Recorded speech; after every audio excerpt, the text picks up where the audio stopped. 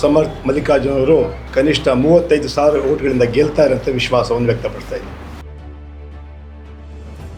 5 ಗ್ಯಾರಂಟಿಗಳ ಈ ಚುನಾವಣೆ ಗೆಲುವಿಗೆ ಶ್ರೀರಕ್ಷೆ ಆಗಲಿ ಅಂತ ಹೇಳಲು ಬಯಸ್ತಾ ಇದ್ದೇನೆ. ನುಡಿದಂತೆ ನಡೆದಂತಹ ಸರ್ಕಾರ ಕಾಂಗ್ರೆಸ್ ಪಕ್ಷ ಸರ್ಕಾರ ಈ ರಾಜ್ಯವನ್ನು ಸರ್ವ ಜನಾಂಗದ ಶಾಂತಿಯ ತೋಟ ಹಿನ್ನೆಲೆಯಲ್ಲಿ ಕೆಲಸ ಮಾಡ್ತಾ ಇದ್ದೀವಿ. ಈಗಾಗಲೇ 5 ಗ್ಯಾರಂಟಿಗಳನ್ನು ಕೊಟ್ಟು ಇಡೀ ಪ್ರಪಂಚ ಇತಿಹಾಸದಲ್ಲಿ ಚರ್ಚೆ ಆಗಿದೆ. ದಾವಣಗೆರೆ ಇರ್ಬೋದು, ಬಾಗಲಕೋಟೆ 2 ಕ್ಷೇತ್ರಗಳಲ್ಲಿ ಕಾಂಗ್ರೆಸ್ ಪಕ್ಷ ಗೆಲುವು ಖಚಿತ ಅಂತ ವಿಶ್ವಾಸವನ್ನು ವ್ಯಕ್ತಪಡಿಸ್ತಾ ಕಳೆದ 12 ವರ್ಷದಿಂದ ಮೋಸ ಮಾಡಿಕೊಂಡೇ ಇದ್ದಾರೆ. ಸನ್ಮಾನ್ಯ ನರೇಂದ್ರ ಮೋದಿ ಸ್ವರ್ಗ ತೋರಿಸಲಿಲ್ಲ, ಕರೋನಾ ಸಂದರ್ಭದಲ್ಲಿ ನರಕ ತೋರಿಸ್ಬಿಟ್ರಿ. ಸೊ ಇದೆಲ್ಲ ಅವರ ಸಾಧನೆ. ಮುತ್ಸದ್ದಿ ನಾಯಕರಾದಂಥ ಶ್ರೀಮಂತ್ ಸಲೀಂ ಅಹಮದ್ ಸಾಹೇಬ್ರವರು ತಮ್ಮನ್ನು ಉದ್ದೇಶಿಸಿ ಮಾತನಾಡಬೇಕಾಗಿ ವಿನಂತಿ ಮಾಡ್ತಿದ್ದೇನೆ. ಈ ಪತ್ರಿಕಾಗೋಷ್ಠಿಯಲ್ಲಿ ನಮ್ಮ ಬೆಂಗಳೂರಿನ ಮೇಯರು ಮತ್ತು ನಮ್ಮ ಮಾಧ್ಯಮ ಸಂವಹನ ವಿಭಾಗದ ಈ ಮೇಲುಸ್ತುವಾರಿಯಾಗಿ ದಾವಣಗೆರೆ ಬಂದಿರತಕ್ಕಂಥ ರಾಮಚಂದ್ರಪ್ಪನವರು ಇದ್ದಾರೆ ಮತ್ತು ನಿಮ್ಮ ಹೆಸರಿಗೆ ಮೊಹಮ್ಮದ್ ಗೌಸ್ ಅವರು ಸಹ ಇದ್ದಾರೆ. ಈ ಪತ್ರಿಕಾಗೋಷ್ಠಿಯನ್ನು ಉದ್ದೇಶಿಸಿ ಮಾತನಾಡಬೇಕಾಗಿ ನಮ್ಮ ನಾಯಕರಾದಂಥ ಶ್ರೀಮಂತ್ ಸಲೀಂ ಅಹಮದ್ ಅವರಿಗೆ ವಿನಂತಿ ಮಾಡ್ತೀನಿ. ಕ್ಷಮಿಸಬೇಕು, ಸ್ವಲ್ಪ ಗಂಟಲು ಹೋಗಿದೆ. ಪಕ್ಷದ ಹಿರಿಯ ಮುಖಂಡರೇ ಹಾಗೂ ಮಾಧ್ಯಮದ ಸ್ನೇಹಿತರೆ, ಈ ತಮಗೆಲ್ಲ ಸ್ವಾಗತವನ್ನು ಬಯಸ್ತಾ ಕಳೆದ 1 ವಾರದಿಂದ ಈ ಕ್ಷೇತ್ರದ ಪ್ರಚಾರ ಕೈಗೊಂಡಿದ್ದೇವೆ. ಈಗಾಗಲೇ ಮುಖ್ಯಮಂತ್ರಿಗಳು, ಡೆಪ್ಟಿ ಚೀಫ್ ಮಿನಿಸ್ಟರ್ KPCC ಅಧ್ಯಕ್ಷರು ಸುರ್ಜೇವಾಲಾ ಅವರು ಹಾಗೂ ಹಲವಾರು ಮಂತ್ರಿಗಳು, ಶಾಸಕರು, ಪಕ್ಷದ ಮುಖಂಡರು ಪ್ರಚಾರದಲ್ಲಿದ್ದಾರೆ. ನಮ್ಮ ಇಂಟರ್ ಸರ್ವೆ ಮಾಹಿತಿ ಪ್ರಕಾರ ಸಮರ್ಥ್ ಮಲ್ಲಿಕಾರ್ಜುನ್ ಅವರು ಕನಿಷ್ಠ 35,000 ಓಟ್ಗಳಿಂದ ಗೆಲ್ತಾರೆ ಅಂತ ವಿಶ್ವಾಸವನ್ನು ವ್ಯಕ್ತಪಡಿಸ್ತಾ ಇದ್ದಾರೆ. ನಮ್ಮ ಪಕ್ಷದ ಕಾರ್ಯಕರ್ತರು, ಮುಖಂಡರು ಎಲ್ಲ ಬೂತುಗಳಲ್ಲಿ ಹಾಗೂ ಸಭೆಗಳನ್ನು ಮಾಡಿ ಸನ್ಮಾನ್ಯ ಶಾಮನೂರು ಶಿಕ್ಷಕರ ಸಂದರ್ಭ ಮಾಡಿದಂಥ ಅಭಿವೃದ್ಧಿ ಕಾರ್ಯಕ್ರಮಗಳು ಹಾಗೂ ನಮ್ಮ ಸರ್ಕಾರದ 5 ಗ್ಯಾರಂಟಿಗಳ ಈ ಚುನಾವಣೆ ಗೆಲುವಿಗೆ ಶ್ರೀರಕ್ಷೆ ಆಗಲಿ ಅಂತ ಹೇಳಲು ಬಯಸ್ತಾ ಇದ್ದೇನೆ. ಜನ ಇವತ್ತು ಕಾಂಗ್ರೆಸ್ ಪಕ್ಷದ ಬಗ್ಗೆ ಸಂಪೂರ್ಣ ವಿಶ್ವಾಸವನ್ನು ಇಟ್ಕೊಂಡಿದ್ದಾರೆ. ನುಡಿದಂತೆ ನಡೆದಂತಹ ಸರ್ಕಾರ ಕಾಂಗ್ರೆಸ್ ಪಕ್ಷ ಸರ್ಕಾರ. ಸರ್ವರಿಗೂ ಸಮಪಾಲು, ಸರ್ವರಿಗೂ ಸಮಪಾಲು ನಮ್ಮ ಸಂಕಲ್ಪ. ಈ ರಾಜ್ಯವನ್ನು ಸರ್ವ ಜನಾಂಗದ ಶಾಂತಿಯ ತೋಟ ಹಿನ್ನೆಲೆಯಲ್ಲಿ ನಾವು ಕೆಲಸ ಮಾಡ್ತಾಯಿದ್ದೀವಿ. 2023ರಲ್ಲಿ ನಾವು ಗೆದ್ವಿ. ಜನ 136 ಸೀಟ್ ಕೊಟ್ಟು ನಮ್ಗೆ ಆಶೀರ್ವಾದ ಮಾಡಿದ್ರು. ಗೆದ್ದಿದ್ದೀವಿ ಅಂತ ಬೀಗಲ್ಲ, ನಮ್ರತೆಯಿಂದ ಪ್ರಾಮಾಣಿಕವಾಗಿ 2 ವರ್ಷ 10 ತಿಂಗಳು ನಾವು ರಾಜ್ಯದ ಜನರ ಸೇವೆ ಕೂಡ ಮಾಡ್ತಾಯಿದ್ದೀವಿ. ನಾವು ಜನರ ಸೇವೆ ಮಾಡ್ಕೊಂಡು ಬಂದಿದ್ದೀವಿ. ಈಗಾಗಲೇ 5 ಗ್ಯಾರಂಟಿಗಳನ್ನು ಕೊಟ್ಟು ಇಡೀ ಪ್ರಪಂಚ ಇತಿಹಾಸದಲ್ಲಿ ಚರ್ಚೆ ಆಗಿದೆ. ವಿಶೇಷವಾಗಿ ಶಕ್ತಿ ಕಾರ್ಯಕ್ರಮ, ಮಹಿಳಾ ಸಬಲೀಕರಣ, ಇಲ್ಲಿವರೆಗೂ ಸುಮಾರು 600 ಕೋಟಿಗಿಂತ ಜಾಸ್ತಿ ಮಹಿಳೆಯರು ಫ್ರೀಯಾಗಿ ಬಸ್ಸಲ್ಲಿ ಪ್ರವಾಸ ಮಾಡಿ ತಮ್ಮ ಕಾರ್ಯಕ್ರಮದಲ್ಲಿ ಅನುಷ್ಠಾನಕ್ಕೆ ನಾವು ತಂದಿದ್ದೀವಿ. ಅದೇ ರೀತಿ ಅನ್ನಭಾಗ್ಯ ಇರ್ಬೋದು, ಗೃಹಲಕ್ಷ್ಮಿ, ಗೃಹಜ್ಯೋತಿ, ಯುವನಿಧಿ, ಈ ಎಲ್ಲ ಕಾರ್ಯಕ್ರಮಗಳ ಮೂಲಕ ಸಮಾಜದ ಎಲ್ಲ ವರ್ಗದ ಹಿತವನ್ನು ನಮ್ಮ ಸರ್ಕಾರ ಕಾಪಾಡ್ಕೊಂಡು ಬರ್ತಾಯಿದೆ. 6ನೇ ಗ್ಯಾರಂಟಿಯಾಗಿ ಬಡವರಿಗೆ ಪಟ್ಟ ಕೊಡುವಂಥ ಕಾರ್ಯಕ್ರಮ ಕೂಡ ಹಮ್ಮಿಕೊಂಡಿದ್ದೀವಿ. 2 ಕಾರ್ಯಕ್ರಮ ಆಯಿತು. ಒಂದು ಹೊಸಪೇಟೆಯಲ್ಲಿ ಸುಮಾರು 1,12,000 ಜನರಿಗೆ, ಬಡವರಿಗೆ ಪಟ್ಟ ಕೊಡುವಂಥ ಕೆಲಸವನ್ನು ಕೂಡ ಮಾಡಿದ್ದೀವಿ. ಅದೇ ರೀತಿ ಹಾವೇರಿಯಲ್ಲಿ ಮುಂದೆ ನಡೆದಂಥ ಹಾವೇರಿಯಲ್ಲಿ ಕೂಡ ಸುಮಾರು 1,10,000, ಒಟ್ಟಾರೆ 2,22,000 ಪಟ್ಟಗಳನ್ನು ಬಡವರು ಕೊಡುವಂಥ ಕೆಲಸ ಕೂಡ ಮಾಡ್ತಾಯಿದ್ದೀವಿ. ಈ ಎಲ್ಲ ಕಾರ್ಯಕ್ರಮಗಳನ್ನು ಜನರಿಗೆ ಮುಟ್ಟಿಸುವಂಥ ಕೆಲಸ ನಮ್ಮ ಕಾರ್ಯಕರ್ತರು, ಪದಾಧಿಕಾರಿಗಳು ಈ ಕ್ಷೇತ್ರದಲ್ಲಿ ಕೂಡ ಮಾಡ್ತಾರೆ. ಈ 2 ಕ್ಷೇತ್ರಗಳಲ್ಲಿ, ದಾವಣಗೆರೆ ಇರ್ಬೋದು, ಬಾಗಲಕೋಟೆ 2 ಕ್ಷೇತ್ರಗಳಲ್ಲಿ ಕಾಂಗ್ರೆಸ್ ಪಕ್ಷ ಗೆಲುವು ಖಚಿತ ಅಂತ ವಿಶ್ವಾಸವನ್ನು ವ್ಯಕ್ತಪಡಿಸ್ತಾ ಅದೇ ರೀತಿ ನಮ್ಮ ಮುಖಂಡರು, ಕಾರ್ಯಕರ್ತರು ಕೂಡ ಭಾರತೀಯ ಜನತಾ ಪಾರ್ಟಿಯ ವೈಫಲ್ಯಗಳನ್ನು ಹೇಳುವಂಥ ಕೆಲಸ ಕೂಡ ನಾವು ಮಾಡ್ತೀವಿ. ನಾವು ನುಡಿದಂತೆ ನಡೆದಿದ್ದೀವಿ. ಆದರೆ ಭಾರತೀಯ ಜನತಾ ಪಾರ್ಟಿಯವರು ಕಳೆದ 12 ವರ್ಷದಿಂದ ಮೋಸ ಮಾಡಿಕೊಂಡೇ ಇದ್ದಾರೆ. ಈಗಾಗಲೇ ಮೊನ್ನೆ ಪ್ರೆಸ್ ಕಾನ್ಫರೆನ್ಸ್ ಕೂಡ ಹೇಳಿದೆ, ಅವರು ಓಟ್ಗಳಿಂದ ನೈತಿಕನ ಕಳ್ಕೊಂಡಿದ್ದಾರೆ BJPಯವರು. ಯಾಕಂತ ಹೇಳಿದ್ರೆ ರಾಜ್ಯದ ರಕ್ಷಣೆಗೆ BJPಯವರು ಯಾವತ್ತೂ ಕೂಡ ಬರ್ತಾ ಇಲ್ಲ. ಕೇಂದ್ರ ಸರ್ಕಾರ ಬಂದು 12 ವರ್ಷ ಆಯಿತು. ಈ 12 ವರ್ಷದಲ್ಲಿ ಅವರು ಯಾವುದೇ ಒಂದು ಹೇಳಿದಂತಹ ನಡ್ಕೊಂಡಿಲ್ಲ. ಅದು 15 ಲಕ್ಷ ಪ್ರತಿಯೊಬ್ಬರ ಅಕೌಂಟ್ ಇರ್ಬೋದು, 2 ಕೋಟಿ ಉದ್ಯೋಗ ಇರ್ಬೋದು, ರೈತರಿಗೆ ಡಬಲ್ ಇನ್ಕಮ್ ಇರ್ಬೋದು, ಅದೇ ರೀತಿ ಬೆಲೆ ಏರಿಕೆ. ಪೆಟ್ರೋಲ್ ಬೆಲೆ 55 ರೂಪಾಯಿ ಇತ್ತು ಸನ್ಮಾನ್ಯ ಮನಮೋಹನ್ ಸಿಂಗ್ ಇರುವಾಗ, ಅದು 100ಕ್ಕೆ ದಾಟಿದೆ, ಇದು ಅಭಿವೃದ್ಧಿನ. ಗ್ಯಾಸ್ ಬೆಲೆ 400 ರೂಪಾಯಿ ಇತ್ತು, 1000ಕ್ಕೆ ದಾಟಿದೆ, ಇದು ಅಭಿವೃದ್ಧಿನ. ಕರೋನಾ ಸಂದರ್ಭದಲ್ಲಿ ತಮ್ಗೆ ಗೊತ್ತಿದೆ ಯಾವ ರೀತಿಯಲ್ಲಿ ಕೇಂದ್ರ ಸರ್ಕಾರ ಸಂಪೂರ್ಣವಾಗಿ ವಿಫಲತೆ ಆಯಿತು. ಅದ್ರ ಮುಂಚೆ ಸನ್ಮಾನ್ಯ ನರೇಂದ್ರ ಮೋದಿ ಅವರು ಭಾಷಣ ಮಾಡಿದ್ರು, ನಮ್ಮ ಸರ್ಕಾರ ಬಂದರೆ ಜನರಿಗೆ ಸ್ವರ್ಗ ತೋರಿಸ್ತೀವಿ ಅಂತ ಹೇಳಂತ ಮಾತಾಡಿದ್ರು. ಸನ್ಮಾನ್ಯ ನರೇಂದ್ರ ಮೋದಿ ಸ್ವರ್ಗ ತೋರಿಸಲಿಲ್ಲ, ಕರೋನಾ ಸಂದರ್ಭದಲ್ಲಿ ನರಕ ತೋರಿಸ್ಬಿಟ್ರಿ. ಸೊ ಇದೆಲ್ಲ ಅವರ ಸಾಧನೆ. ಆ ಹಿನ್ನೆಲೆ ಈ ವಿಚಾರಗಳನ್ನು ಕೂಡ ನಾವು ಹೇಳುವಂಥ ಕೆಲಸ ಮಾಡ್ತೀವಿ. ಅದೇ ರೀತಿ ಕೇಂದ್ರ ಸರ್ಕಾರ ರಾಜ್ಯಕ್ಕೆ ಮಲ್ತಾಯಿದುಕೊಂಡೇ ತೋರಿಸ್ತಾ ಇದ್ರು. ನಮಗೆ ಬರೋಂತಹ ಹಣದ ಹಿನ್ನೆಲೆಯಲ್ಲಿ ಯಾವುದೇ ಒಂದು ಅಭಿವೃದ್ಧಿಗೆ ನಮಗೆ ಯಾವುದು ಹೆಚ್ಚು ಸಹಕಾರ ಕೊಡ್ತಾ ಇಲ್ಲ. ಇವತ್ತು ವಿಶೇಷವಾಗಿ ಮಾದಾಯಿ ಇರ್ಬೋದು, ಮೇಕೆದಾಟು ಇರ್ಬೋದು, ಎಲ್ಲ ಕಾರ್ಯಕ್ರಮಗಳಿಗೆ ನಮಗೆ ಶಕ್ತಿ ಕೊಡ್ತಾ ಇಲ್ಲ. ಇದೇ ಪ್ರಹ್ಲಾದ್ ಜೋಶಿಯವರು ಹುಬ್ಬಳ್ಳಿಯಲ್ಲಿ ನಾವು ಮಾದಾಯಿ ಬಗ್ಗೆ ಒಂದು ಪ್ರೊಟೆಸ್ಟ್ ಇರುವಾಗ 2023ರಲ್ಲಿ ಒಂದು ಭಾಷಣ ಮಾಡಿದ್ರು. ಈ ಕಾಂಗ್ರೆಸ್ನವರು ನಿಮ್ಮನ್ನು ತಪ್ಪು ದಾರಿಗೆ ಇರ್ತಾರೆ, 2 ತಿಂಗಳು ಕಾಯಿರಿ, ಆ ಕಾರ್ಯಕ್ರಮ ಅನಿಸ್ತಾ ಇರುತ್ತೆ ಹೇಳತ್ತ ಮಾತು ಹೇಳಿ 2.5 ವರ್ಷ ಆಯಿತು ಅದನ್ನು ತರಲಿಲ್ಲ. ಯಾಕಂದರೆ ಕಾಂಗ್ರೆಸ್ ಪಕ್ಷ ಅಧಿಕಾರದಲ್ಲಿದೆ ಅಂತ ಆ ಹಿನ್ನೆಲೆಯಲ್ಲಿ ಮತ್ತು ಈ ಥರ ನಮಗೆ ಪಕ್ಷಪಾತ ಮಾಡ್ತಾ ಇದ್ದಾರೆ. 5 ಜನ ಕೇಂದ್ರ ಮಂತ್ರಿಗಳಿದ್ದಾರೆ, ಪವರ್ಫುಲ್ ಮಿನಿಸ್ಟರ್ಸು. ಒಂದು ಕಡೆ ನಿರ್ಮಲಾ ಸೀತಾರಾಮನ್, ಇನ್ನೊಂದು ಕಡೆ ಪ್ರಹ್ಲಾದ್ ಜೋಶಿ. ಆದರೂ ಕೂಡ ರಾಜ್ಯಕ್ಕೆ ಅನ್ಯಾಯ ಆಗ್ತಾಯಿದೆ. ಆದರೆ ನರೇಂದ್ರ ಮೋದಿಯವರು ಪ್ರೈಮ್ ಮಿನಿಸ್ಟರ್ ಮುಂದೆ ಮಾತನಾಡ್ತಾರೆ, ನೈತಿಕ ಧೈರ್ಯ ಅವ್ರಿಗಿಲ್ಲ ಅಂತ ಮಾತನಾಡ್ತಾ ಅವರು ರಾಜ್ಯಕ್ಕೆ ಅನ್ಯಾಯ ಆಗ್ತಾ ಇದ್ರು ಕೂಡ ಸುಮ್ಮನೆ ಇದ್ದಾರೆ. ಆ ಹಿನ್ನೆಲೆ ಈ ವಿಚಾರಗಳು ಕೂಡ ನಾವು ಜನರಿಗೆ ಹೇಳುವಂಥ ಕೆಲಸ ನಾವು ಮಾಡ್ತೀವಿ. ಅದೇ ರೀತಿ ಇತ್ತೀಚೆಗೆ ನರೇಗಾ ಕಳೆದ 2015ರಿಂದ ನರೇಗಾ ಕಾರ್ಯಕ್ರಮ ಅನುಷ್ಠಾನಕ್ಕೆ ಸನ್ಮಾನ್ಯ ಮನಮೋಹನ್ ಸಿಂಗ್ ತಂದರು.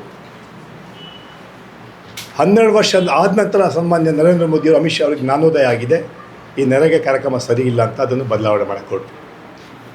ವಂಶ ಪರಂಪರೆ ಅಂತ ಮಾತನ್ನು ಹೇಳಿಕೊಂಡು ಪಂಡಿತ್ ಜವಾಹರ್ಲಾಲ್ ನೆಹರು ಅವರ ಹೆಸರಲ್ಲಿರುವಂಥ ಕಾರ್ಯಕ್ರಮವನ್ನು ಬದಲಾವಣೆ ಮಾಡಿದ್ರು.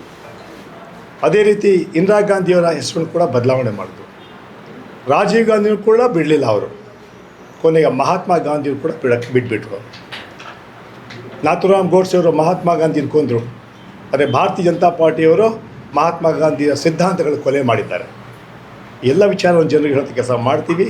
ನಮ್ಮ ಹೋರಾಟ ಮತ್ತೆ ನರೇಗಾನ್ನು ವಾಪಸ್ ತರಬೇಕಂತ ನಾವು ಹೋರಾಟ ಮಾಡ್ಕೊಂಡು ಈ ದೇಶದಲ್ಲಿ ಮಾಡ್ತಾಯಿದ್ದೀವಿ. ಈ ಎಲ್ಲ ವಿಚಾರಗಳನ್ನು ನಾವು ಜನರಿಗೆ ಹೇಳೋಂಥ ಕೆಲಸ ನಾವು ಮಾಡ್ತೀವಿ ಅಂತ ಮಾತನ್ನು ಹೇಳ್ತಾ, ವಿಶೇಷವಾಗಿ ಕ್ಷೇತ್ರದಲ್ಲಿ ಜನ ಒಂದು ಕಾಂಗ್ರೆಸ್ ಪಕ್ಷದ ಅಲೆ ಇದೆ. ನಾನು ನೋಡ್ತಾ ಇದ್ದೀನಿ, ಎಲ್ಲ ಕಡೆ ನಾವು ಹೋಗಿದ್ವಿ. ಈಗಾಗಲೇ ಕಳೆದ ಒಂದು ವಾರದಿಂದ ನಾವು ಎಲ್ಲ ಕಡೆ ಹೋಗ್ತಾ ಇದ್ದೀವಿ. ಒಂದು ಕಾಂಗ್ರೆಸ್ ಪಕ್ಷದ ಒಂದು ಅಲೆ ಇದೆ.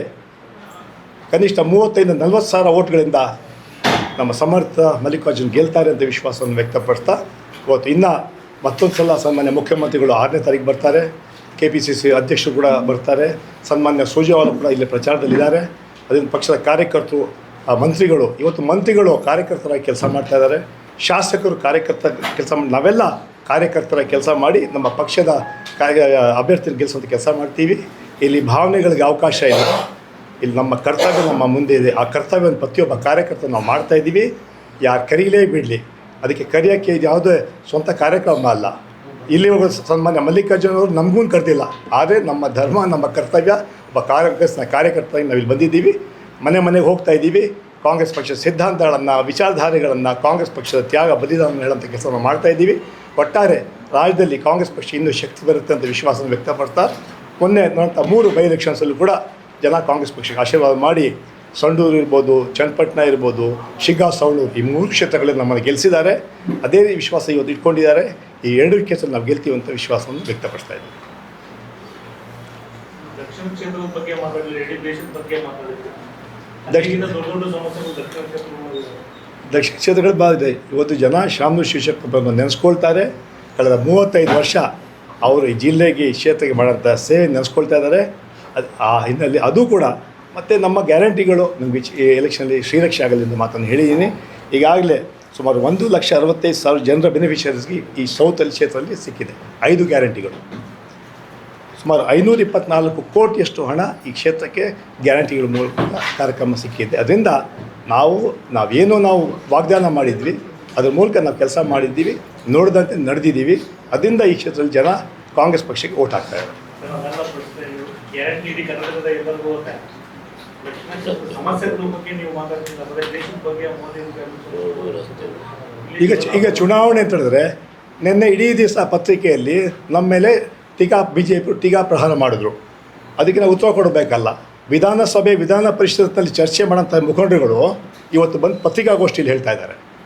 ಅವ್ರು ಬಂದೆ ಸದನ ನಡೀತಲ್ಲ, ಸುಮಾರು 15 ಸಲ ನಡೀತು ಸದನ, ಅಲ್ಲಿ ಚರ್ಚೆ ಮಾಡಬೇಕಾಯ್ತಲ್ಲ ಧೈರ್ಯವಾಗಿ.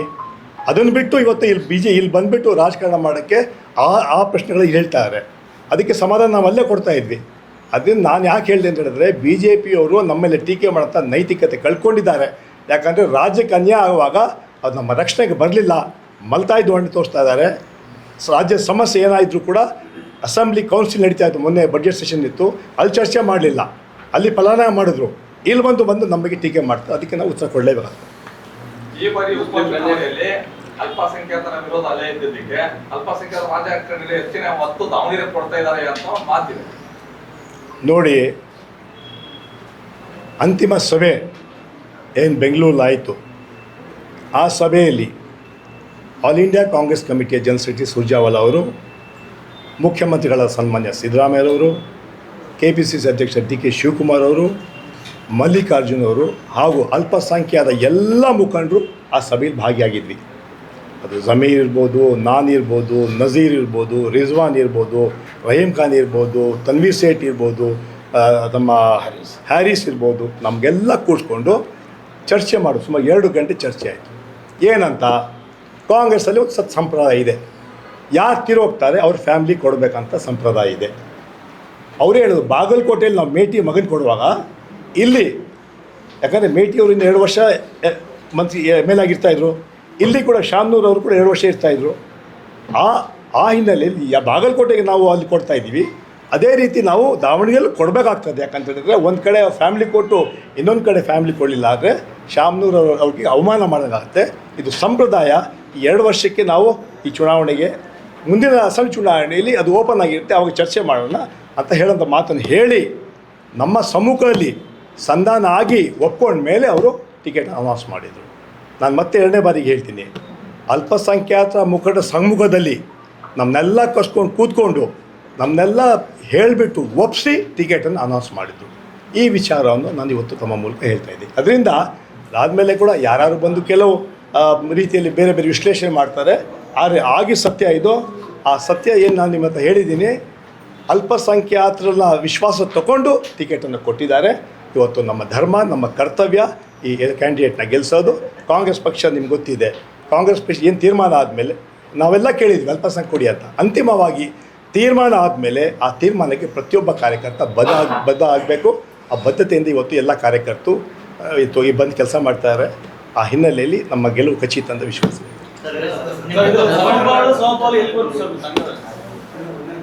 58,000 ಕೋಟಿ ಇವತ್ತು ಗ್ಯಾರಂಟಿಗಳು ಕೊಡೋದು, ಅದ್ರಲ್ಲಿ ಜಾತಿ ಇದೆಯಾ, ಧರ್ಮ ಇದೆಯಾ, ಪ್ರಾಂತ್ಯ ಇದೆಯಾ, ಎಲ್ಲರೂ ಕೊಡ್ತಾ ಇದ್ದ ಕಾರ್ಯಕ್ರಮ ಕೊಡ್ತಾ ಇದೀವಲ್ಲ ನಾವು.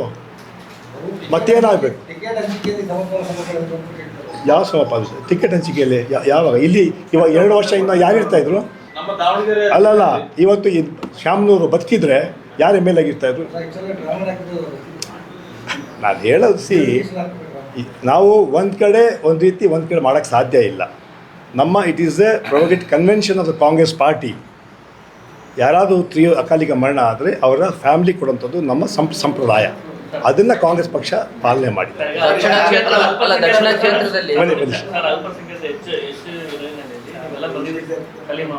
ನಾನಲ್ಲ, ಇಲ್ಲೂ ಬಂದಿದ್ದಾರೆ, ಅಲ್ಲೂ ಹೋಗಿದ್ದಾರೆ. ಅಲ್ಲಲ್ಲ, ಅಲ್ಲೂ ಹೋಗಿದ್ದಾರೆ, ಬಾಗಲಕೋಟೆ ಹೋಗಿದ್ದಾರೆ. ರಹೀಮ್ ಖಾನ್ ಇದ್ದಾರೆ, ಇನ್ನು ಬಹಳಷ್ಟು ಇದ್ದಾರೆ. ನೋಡಿ, ನಾನು ಆವಾಗಲೇ ಹೇಳಿದೆ, ಯಾರು ಕರೀಲಿ ಬಿಡಲಿ, ಪ್ರತಿಯೊಬ್ಬ ಕಾಂಗ್ರೆಸ್ ಕಾರ್ಯಕರ್ತ, ಶಾಸಕ ಇರ್ಬೋದು, ಯಾವುದೇ ಸ್ಥಾನಮಾನ ಇದ್ದರೂ ಕೂಡ ಇಲ್ಲಿ ಕಾರ್ಯಕರ್ತರಾಗಿ ನಾವೆಲ್ಲ ಕೆಲಸ ಮಾಡ್ತಾಯಿದ್ದೀವಿ. ಇಲ್ಲಿ ಕರೆಯೋಕ್ಕೆ ನಾನು ಹೇಳಿದೆ, ಮಲ್ಲಿಕಾರ್ಜುನ್ ನಮ್ಗೆ ಕರೆದ್ರ, ಮಲ್ಲಿಕಾರ್ಜುನ್ ನಮ್ಗೆ ಕರೀಲೇ ಇಲ್ಲ. ನಾವಾಗ ಯಾಕೆ ಬಂದ್ವಿ? ನಮ್ಮ ಜವಾಬ್ದಾರಿ KPCC ಒಂದು ಜವಾಬ್ದಾರಿ ಕೊಟ್ಟಿದೆ. ಅಧ್ಯಕ್ಷರು, AICC ಜನರಲ್ ಸೆಕ್ರೆಟರಿಯವರು, ಮುಖ್ಯಮಂತ್ರಿಗಳು ಕರೆದು ಎಲ್ಲ ಹೋಗಿ ನಿಂತ್ಕೊಂಡು ಕೆಲಸ ಮಾಡಬೇಕು ಅಂತ ಹೇಳಿ ಅಷ್ಟೇ ಸಾಕು ನಮಗೆ. ಮಲ್ಲಿಕಾರ್ಜುನ್ ಕರೀಲಿಲ್ಲ, ಅವ್ರು ಕರೀಲಿಲ್ಲ, ಇಲ್ಲ ಮನೀಶ್. ಸೊ ಅಲ್ಲ, ನೀವು ಹೇಳಿದ್ರು